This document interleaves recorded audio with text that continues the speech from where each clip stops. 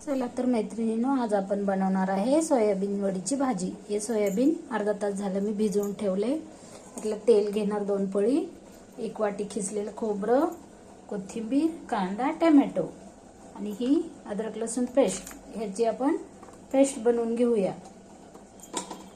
छान पेस्ट बनवून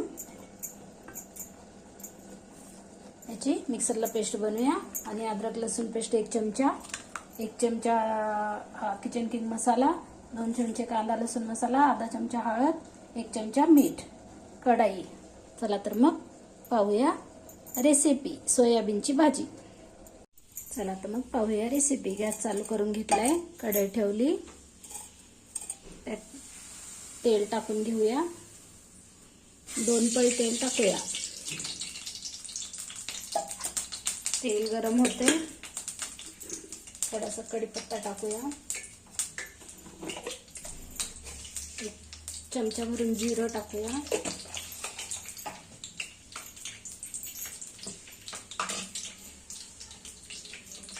जी पेस्ट करून घेतली ना हे पण टाकून मस्त फोडणी फ्राय करून घेऊया। 1-2 मिनिटं लागेल आपल्याला फोडणी फ्राय व्हायला। 2 मिनिटं झालेत, आणखीन 2 मिनिटं हे खोबर आहे ना, हे पण तेलात टाकूया। ही सगळी मसाले पण टाकूया आणि आणखीन 2 मिनिटं असं छान फ्राय करून घेऊया, हलवून सगळं मिक्स करून घ्यायचं।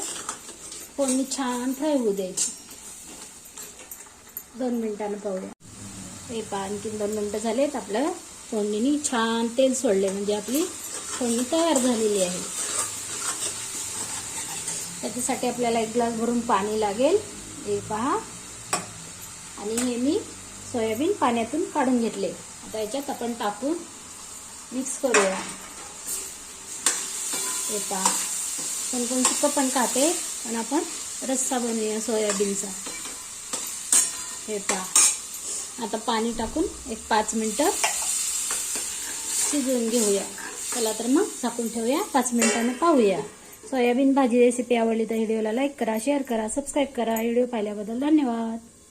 चला तर मग उघडून पाहूया, 5 मिनिटं झालेत।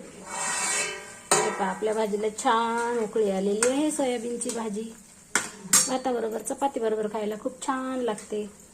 त्याला कोथिंबीर टाकून घेऊया, गॅस बंद करून घेऊया। चला तर मग भेटूया उद्याच्या रेसिपीमध्ये। तयार आहे भाजी।